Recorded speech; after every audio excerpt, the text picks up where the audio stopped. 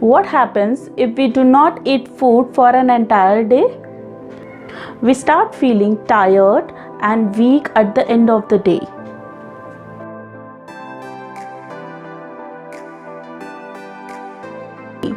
Today we are going to learn a very important lesson of 6th grade, food and its sources. In this lesson we are going to cover importance of food in our life, types of food, source of food and parts of plant. Next, classification of animals based on food habits, and the last one is food chain. So these all topics we are going to cover in this lesson. Do you know why we need to eat food, or why the food is so important in our life? It's only important to fill our tummy? You know, dear student, food is essential or very important for our life. The reason is food provides energy to do various activities. When you eat food gives you energy, and because of that energy we can do a lot of activities in our day-to-day life, right? And second point, food help in growth and repair of worn out cell. So if you eat food, the food will help you in your growth, a proper growth. And if you get any kind of cut or injury to your hand or to your parts of body, then it will help to repair that injury with the new cells. That's the reason we call that food help in repair or replace wound out cell. The third point is food protect our body from various disease, and it help our body to stay healthy and fit. So these are the three important points which make us to understand that why food is very important in our daily life. As we understood the importance of food, now let's try to understand the basic term which very important for this lesson: nutrient and nutrition. Do you know the difference between the nutrient and nutrition? Nutrient means it is a components of food.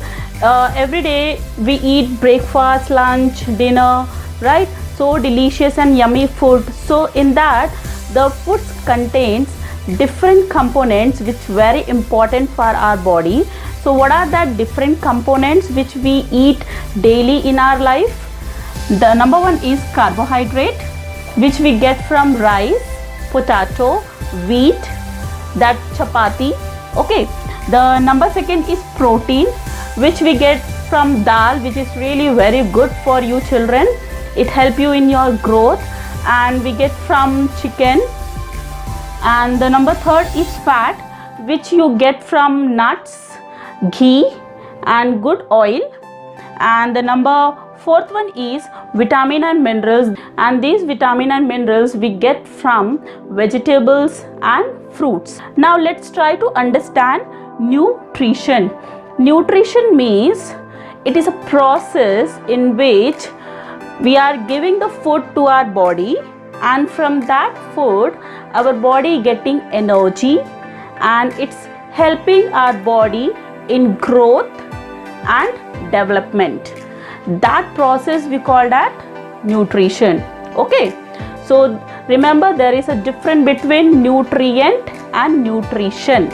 Again I'm saying you, nutrition means a process in which we are giving food to our body, and from that food our body getting energy and it help in growth and development. This process we called as nutrition.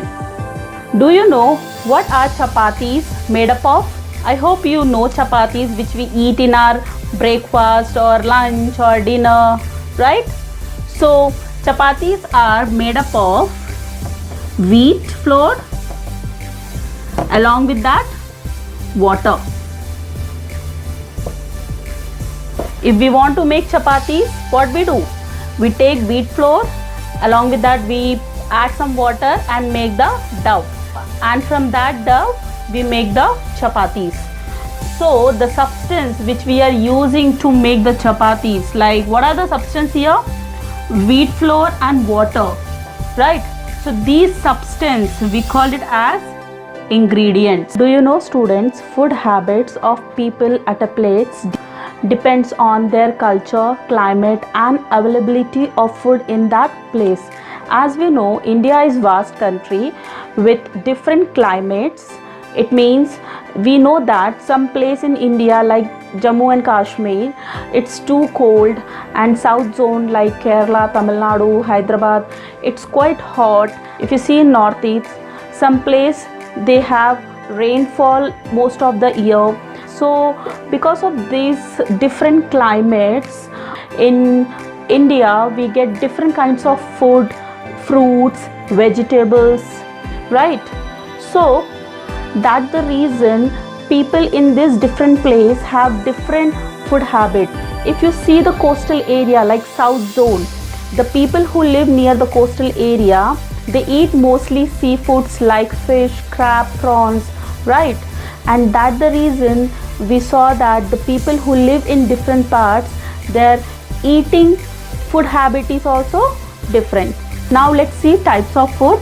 Types of food broadly categorized into two categories: raw food and cooked food. Raw food means the food which we eat raw, the food which we not cooked them. Like for example, fruits and vegetables, many fruits and many vegetables like carrot, cucumber, radish, this all we eat raw, we no need of cooking them. And the other category is cooked food. Cooked food means those foods which we need to cook them before eating. Like for example, rice, pulses, meat, fish, these all foods we need to cook them, and there are different methods to cook. We can do by frying, roasting, boiling. These all are the methods. By this we cook the food. Okay, so these are the different categories. Now let's see source of food. So my dear students, source of food. Source means the food from where we are getting, that we call as source of food. For example, the food which we eat, we get either from the plants or animals. We depend on plants for our vegetable, fruits and pulses and all, and even we depend on animals like for fish, for chicken and all. So that we call as source of food. Source means the food from where we are getting, that we call as source of food. And as we know, plants prepare their own food by photosynthesis. With the help of photosynthesis, plants prepare their own food, right? And we depend on plants for our food. Okay, so plants prepare their own food. That's the reason we call plant as producer. Okay, producer means the plants which prepare their own food, we call them as producer. They are producing by themselves. Now animals not prepare their own foods. They depend on plants, and even we human being also not prepare our own food. We depend on plants and we depend on animals, right? So the organism who depends on other, like example, we depends on plants and animal for the food. So the organism who depends on other for the food, them we are calling as a consumer. Means we are consuming, we are taking our food from animal and plants, right? That's the reason we call animal as a consumer, because animal depends on plants for their food, and even human being also call it as a consumer. Human being also call it as a consumer because they also depend on animals and plants for their food. So I hope you understood today's class. Let's do the recapitulation.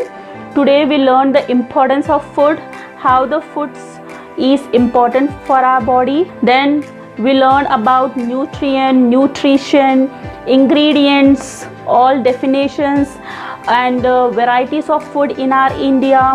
Then we saw types of food. different types of foods are there, raw food and cooked food. Then we saw source of food means from where we get the food, that we called it as a source of food. So I hope you understood today's class.